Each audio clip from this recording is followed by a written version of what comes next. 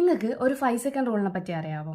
അതായത് ഒരാൾ നമ്മളെ കാണുമ്പോൾ 5 സെക്കൻഡ് കൊണ്ട് നമുക്ക് മാറ്റാൻ പറ്റാത്ത ഒരു കാര്യത്തിനെ പറ്റിയിട്ട് നമ്മളോട് ചിലപ്പോൾ നമ്മുടെ പേര് കൂടെ വിളിക്കില്ല.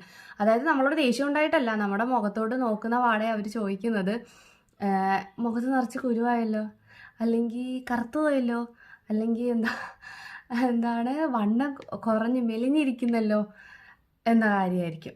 അതൊന്നും നമുക്ക് 5 സെക്കൻഡിൽ മാറ്റാൻ പറ്റുന്നതല്ല.